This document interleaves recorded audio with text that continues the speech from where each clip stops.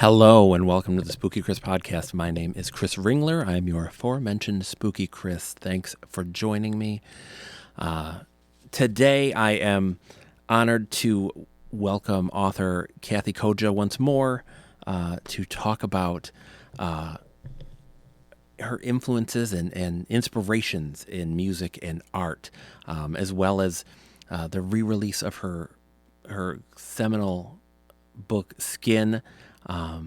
Kathe also had released Catherine the Ghost a few months ago, which we had spoken previously about on my podcast. And she has Dark Matter, the third book in the Dark Factory series, coming up later this year. So stay tuned for a great conversation. Thank you for joining me again, Kathe. It's nice to see you. Very glad to be here. And you had something you were going to read, so I will give you. I do have something I want to read, and this is from one of the performances. The performance group in Skin is called the Surgeons of the Demolition, which, if you're going to one of those shows, that would probably give you a good idea of truth in advertising. You would sort of know what you were in for. And this is a little passage of one of the surgeon shows. Heat and steam, wet smoke above their milling heads. They were eyes, mouth already yelling, hands already overhead. The room filled in minutes, and there were still more, pushing underfoot in the soundless whoop of strobes, painful screeching of mic'd metal, twisting slowly past its tolerance, long combat legs striped in black and chrome silver, leaping incredible to a soundtrack noise so dense it was blood music, terror and strange comfort. Consuming and consummation, all in one. Backlit vampire grin, the soul flamenco across a bed, not of nails, but of chipped and shivering wire, Tess's newest construct, still embryo, but forced into service. The looped montage of screams and the booming whip of light, and BB creeping through the audience with a handful of rusty pins. That's incredible. Now, this was for one of your live shows? This was a passage from Skin, and this was probably one of the challenges of writing this book, was trying to learn what it was like to spatially figure out where everybody was at a given moment in a show, which ended up serving me very well later when I directed immersive performances where many things are happening all at once. You don't always know physically what is happening, but you know where all the performers are. You have, the map in your head of where everybody's playing. And I remember thinking about that when I was writing this and thinking, geez, I'm going to have this whole show in my head before I can write about it. And that means I have to know everything that's going on at all times spatially. So excellent training for the shows that I did later. That's amazing. That's awesome. And yeah, I wanted to kind of later on get into kind of the live shows you've done, but yeah, the first thing that kind of I thought about, you and I wanted to talk about kind of our inspirations, in music and the arts and stuff. And so I wanted to first ask, what inspires you in life? Oh, well, one of the things that inspires me in life right now is scratching the hell out of this chair and may or may not peep her little head up. We just got some kittens, and they're about 5 months old, and they are just so full of life. They are life. And I think that's the inspiration, especially right now when we're in such a dark time politically and the climate and every other thing, is not to keep looking on the sunny side of life, but to keep looking on the side of life and say, where is their creation? Where is their continuance? What's alive, and how can I help, keep that going and keep it nurtured and keep it growing? And whether it's a relationship or a piece of art or a kitten or a garden or, whatever, how can I continue that? And I have been having interestingly, a lot of talks with friends and colleagues about that same idea about how do you work in dark times. And everybody, without exception, is super gung-ho. And everyone is like, I'm just going to do it all the more. I'm just going to do it all the more because you feel like you really have to keep the fire lit all around you, all the little fires, right? Keep them all lit. Yeah, it is interesting that that's uh, kind of a great way to look at it because with everything going on and it's so much at the same time having that little like nurturing life and every kind of aspect and size and form really does get important. And you know that's kind of like truly keeping the embers lit as every turn, you know, the machine is just trying to crush everything. I mean, we don't usually see, we have not yet seen it in this country so starkly as we're seeing it now. So this is really kind of a growing up exercise for us too. We won't get off onto politics, but during the first administration of this person, a friend in Italy said to me, kind of joking, but mostly not, "Oh, Kathe, first dictator?" I said, "Yeah." I didn't laugh. I'm like, "Yeah, kind of." But then when I thought about it afterwards, I'm like, he really put it in perspective. We are a very young country still, and other countries have gone through this threshing machine, right, before and have come out in different ways. So this is not a done deal. And if we have to fight for our democracy a little bit, that's probably a real good thing. It is interesting that I mean, you know, we've had little like bumps along the road, you know, big and small, but like this really is kind of a turning point, like you know, crap or get off the pot kind of a thing. Like if you're gonna keep saying, looking at your history and say, oh, 1776, all this stuff, now's the time to really prove it, or you know, you prove everybody else right, like you know that you weren't what you claimed you were.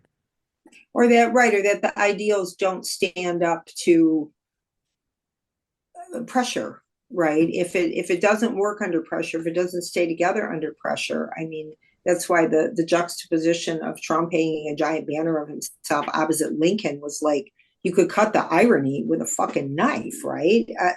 Yeah, we are in the same situation with the same kind of people, and we have only this time we have no friend in the White House, and we have to make it work on our own. But again, that when things are really bad too, I go back to fiction, I go back to music, I go back to films.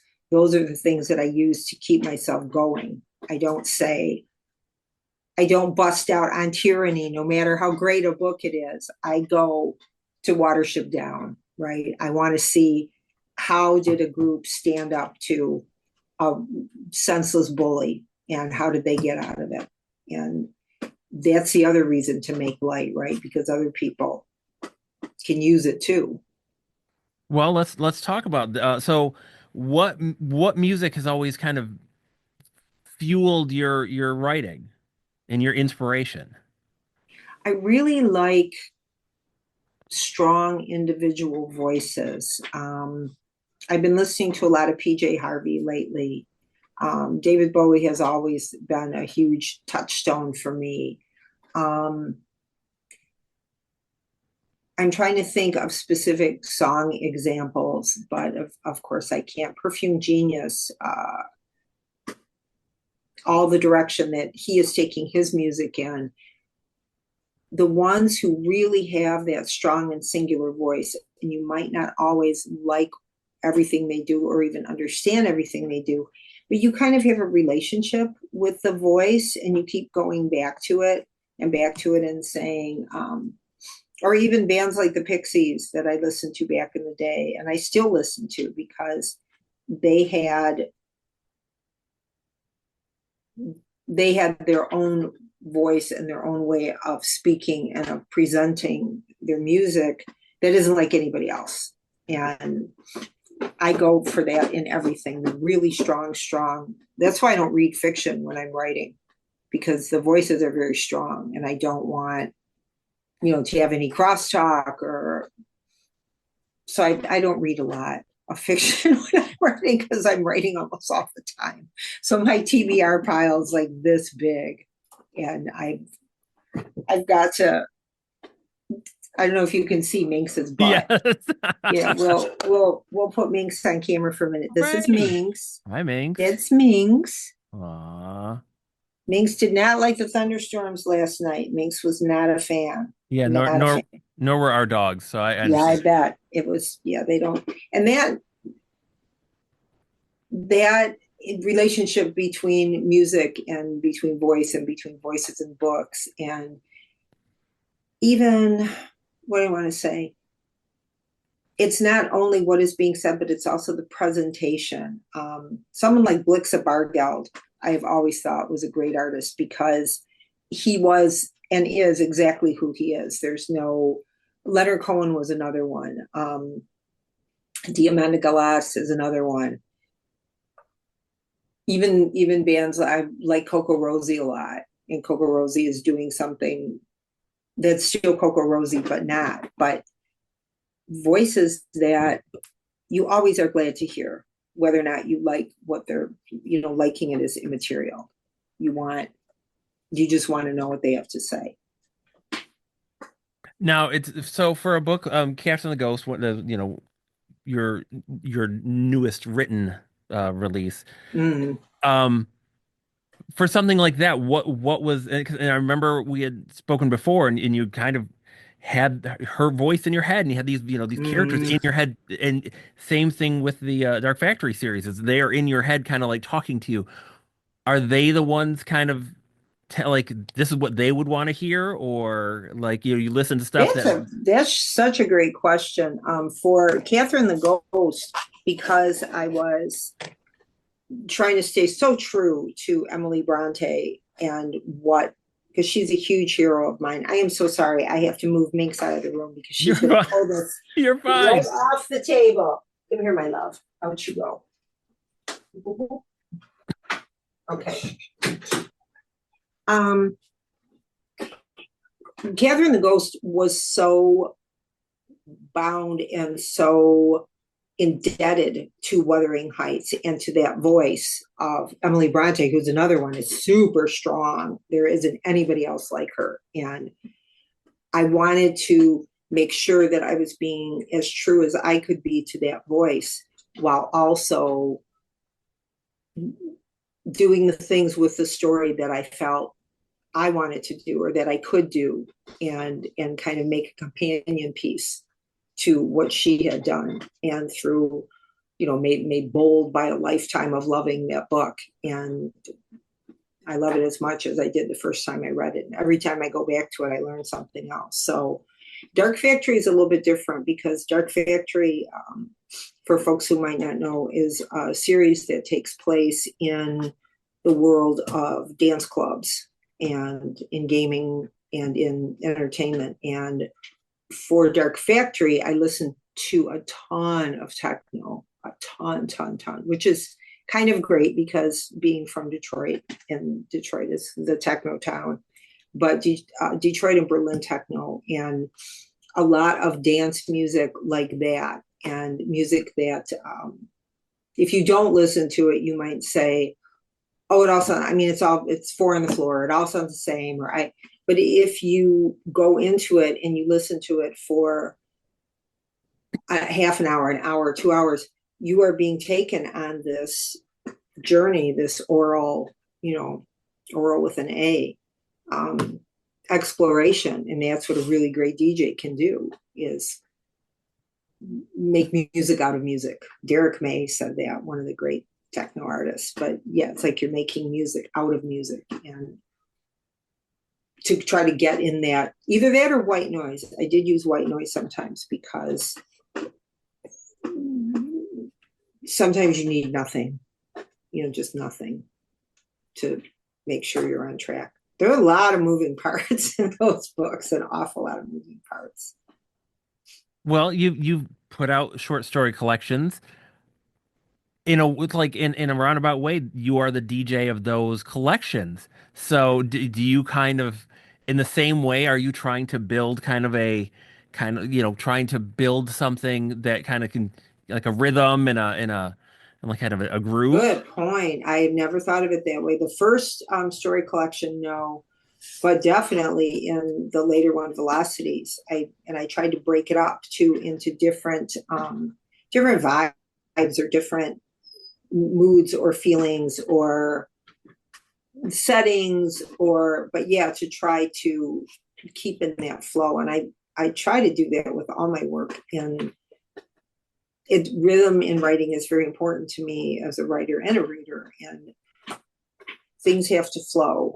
And if you are not in that flow, then something is wrong and you have to stop and go back and figure out where you lost the thread. But voice is, yesterday I read a whole bunch of 1-star reviews for Ridley Walker, which is a book I love. And the readers were saying, I don't understand the way this is written, and it can't take the time to figure it out, and I don't like it, and which is perfectly valid. But it just made me so sad because I thought, that is a book that demands that you meet it where it is. And if you do, you are going to go on one of those journeys. You will know by the end that something has happened to you. I mean, people say the same thing about Beckett too. It's like, who can read that stuff? It's too hard. Well, that's relative, and people are allowed to like what they like, but sometimes meeting a demand is very satisfying.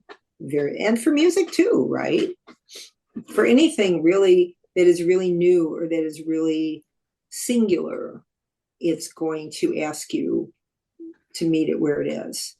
And that's what you bring, that's what we can bring to the conversation or the process. Yeah, it seems sometimes like with any of the arts, but I mean, in this case, especially fiction, that people force themselves because they feel like, well, I'm supposed to like this. I'm supposed to read this Mm-hmm. instead of like maybe stepping away from it and say, I'm going to come at it when I'm in a mindset to meet it where it is instead of forcing it to meet me. And when it can't do that, I'm angry and frustrated and and bringing it all and back to. nobody has to read anything, right? I mean, that is another thing. There are writers whose work is universally acknowledged to be great, like Jane Austen. I just can't get anything out of Jane Austen, and I don't think that's Jane Austen's fault, but I don't think it's my fault either. If something is not speaking to you, right, like you said, go away and come back. And if it's still not speaking to you, maybe it's not for you. Everything isn't for everybody, and that isn't a slam on anyone. Some things are not. I'll never like opera. If I go to every opera in the world, I just don't get anything out of the art form. I have tried, but I just don't get it. So am I gonna be mad at opera? No. And opera's fine without me. It doesn't even notice that I'm not there. So yeah, not everything is for everybody. And I think taste is, I mean, like the show in Skin, is the research that I did for that book. A lot of the shows of survival research laboratories and Mark Pauline, who came out of the Bay Area back in the day, and their shows were extremely confrontational and very dangerous. And I don't know that you could do anything like that now. And I for sure don't think you could do it in the States. But they insisted that people, I mean, one of the titles of their shows was A Bitter Message of Hopeless Grief. Boy, you better know what you're signing up for when you go to see a show called A Bitter Message of Hopeless Grief. It's not going to be fun the way you may have understood fun. So, but I think those things can help us enlarge our own experience of what we do like and what we don't like, and what nourishes us as, I don't want to say consumers of art, but as participants in art. And some things will not be for you, and some things really will. Now, as you've released some of your newer books, you've kind of incorporated as part of the release, like an art show, kind of live show. How has that kind of gone hand in hand with kind of just being as a storyteller? I think you have hit it exactly. It is very much part of telling the story, and in a lot of ways, it's kind of a relief to be able to have that component as well, because especially with something like Dark Factory, it has so many moving parts that even doing a trilogy is barely getting everything in. And it's quite a thing. So being able to expand that, like the launch for Dark Factory we did in a recording studio in Atlanta, and that was super fun. And then for Dark Park, we did a an invited underground party where people were given personas to enact, and we shot video, and that was really fun. And for Dark Matter, we have lots of ideas. I don't know for sure what we're going to do yet. A boxing gym has been brooded around, so maybe that's what we'll do. But it is another way to enlarge the story, and it's another way to have fun with the story too. And sometimes people who have been part of the events, who like maybe came with friends or didn't know the story, become interested and intrigued, and then they do want to know, they do want to read the book, they do want to find out more about this. It's like, wow, this is really fun, and I want to know more, I want to do more. That is something I really admire about how you do this, and is just this kind of holistic approach to the to storytelling. Is that it is not just you're writing a bunch of stuff, put it out, on to the next. It is very much you live it, you breathe it. You want everyone else to kind of enter that world, and I like that because I think so much of how we take in art is consumerist, is very like you know devour it and then next and devour. We don't take time to as they say, kind of like with a rich meal, and kind of just enjoy and take our time, and we just kind of rush through. And I like that you want people to know, no, no, I'm gonna let you remind you, like, this is more than just it's an experience, more than just a story. And we can have, we that kind of opens it up to bring people into it, I hope, in a way that is also satisfying to doing these ancillary things.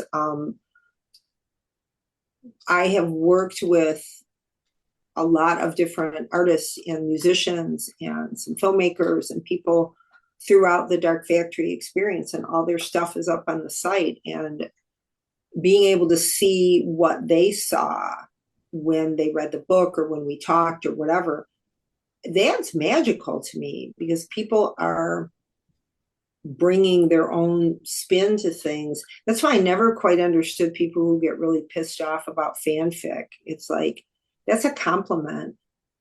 That's such a compliment that anybody would want to take something that you made and make something with it, unless they're Nazis or something, or they're evil. But that's a compliment. Why would you not like that? I mean, people have really taken it to heart, and they feel moved to do something with it. I think that's awesome. Which is interesting because I was in a English, like a writing class in college, and I had a woman there take a story I wrote, and she took the story, like the characters. There was a kid that befriended a homeless man, and she took the characters and put them in kind of a much more saccharine story. And she Mm. didn't talk to me ahead of time, so I was very taken aback by it. And I still am a little weirded out on her approach, but I never thought of it that way, as kind of like it's flattery. It's like, oh, I like the germ of what you had. Right. I would like, because we all, when you start out creatively, you generally do start by replicating things that, you, or if you're in a band, like you play songs that you really like, you cover songs, or if you're making art, you're either influenced by someone or you're, disinfluenced. And I don't want to do that, but I do want to do this. But it's always in some kind of a dialogue. And it is very often, I started writing stories when I was a real little girl, and those were always like retellings of things that blew me away. And I also didn't know another way to approach it, right? I came to writing as a reader, even though I was a little squirt still. You say, I want to arrive at some kind of understanding of how this thing is made. So I'm going to make this thing that I already know what it is. It's like, I'm going to bake a cake. I've eaten cake, so now I'm going to bake a cake and see if I can bake a cake, and see if my cake is good or bad or poisonous or, falls flat, whatever. But that's how I want to know. Have you ever have you ever like thought very hard about delving more into other art forms, like more seriously? In this mode, yeah, through a narrative mode, um, I like seeing what we can incorporate, like what can be. I have another project after the last Dark Factory book called Dark Matter that comes out later this year, and I'm going to start working later this year on a different project that will have. We're already talking about the components that we can introduce to that project, and while it begins with the narrative and the story of the novel, but it also has these other components. So I really like that. I think that's, I mean, in some sense, I guess it's like opera. People who wanted me to like opera said, but Kathe, it has everything in it. It has like singing and theater and costumes, and it's got all the arts in it. It's everything good and dance. It's like, I know. But so maybe this is my way of liking opera. It's just, building these esoteric machines to make fun with. Uh, we're running out of time. So one thing you and I talked about, you had sent me uh a copy of the re-release of Skin. Skin has just came out in a re-release, beautiful edition. Um, Beautiful Meerkat I was Press, I was gorgeous edition. gonna hold on the same thing. Why? Um, We'd have the same book. so you would like to give it away to someone, and what were your criteria? What was your criteria? Well, the thought was tell us the music or the show or the something that moves you the most or excites you the most, or as excited as these people get with making their shows or presenting their shows. And from the responses, I guess we will pull out the best one, the one we like the best, and we'll send them the book and the swag package. Perfect. Sounds perfect. And I will on the podcast stuff, I will have like my email address so they can send it to me and I will loop you in and All perfect. right, cool beans. So what all right, so what do you have ahead? So like mentioned, you just had the re-release of Skin in Dark Matter this fall, so that's the on the horizon. And then the next thing has not yet been announced by Meerkat, who will be publishing it. So I must keep mum for now, but hopefully we will announce in the next week or so. And it, I will say that it will be, well, it will certainly be recognizably one of my books. There will be some different components in it that I hope people will have fun with. And I plan to have a lot of fun with this book. And I'm also going to learn to do archery. Oh. So, yeah, And now I'm is that a target 2026 or further or just further out whenever it's 2026. Yeah, 20, probably late fall, around winter 2026 is awesome. that's what we're shooting for. So, Fantastic. But I mean, for the moment, folks should go and pick up this re-release of Skin and Cast and the Ghost, which is also just came out a few months ago.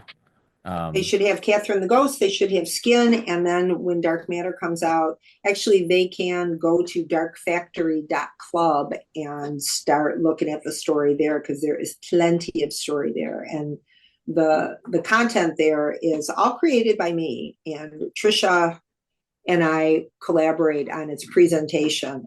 And that has been completely satisfying, because that story is so big that it needed a really big evolving way to keep telling itself. So people can look at that. And of course, Dark Factory and Dark Park, the second book in the series, are both out. So they can get those too. And those are all available from Meerkat and or your favorite online retailer or indie bookstore. And Catherine the Ghost is available from Clash Books and from your favorite indie retailers. Fantastic. As always, it has been a pleasure. There's never seems to be quite enough time, so I You know, can't thank you enough. It's all right. always great to catch up with you. I'm so glad to be here. Thank you, Chris. Thank you. You take care. You too. Bye Bye. bye. Once more, I can't thank Kathe enough for making some time to talk about her books and her inspiration, and this mystery book that is yet to be announced. That is looking like a 2026 release. That was an absolute joy. It's always a pleasure to speak with her, and it's great to kind of hear what has inspired her and what kind of gets her juices going creatively. As she had mentioned, we have a pack here It is the new release of her book Skin from Meerkat Press. It is the uncorrected advanced review copy. Got a couple art prints, and a sticker, and a bookmark. And they're all yours, friend. So you will want to email me at thespookywriter@gmail.com and let us know what music, movies, books, what you love, what inspires you, what gets you going.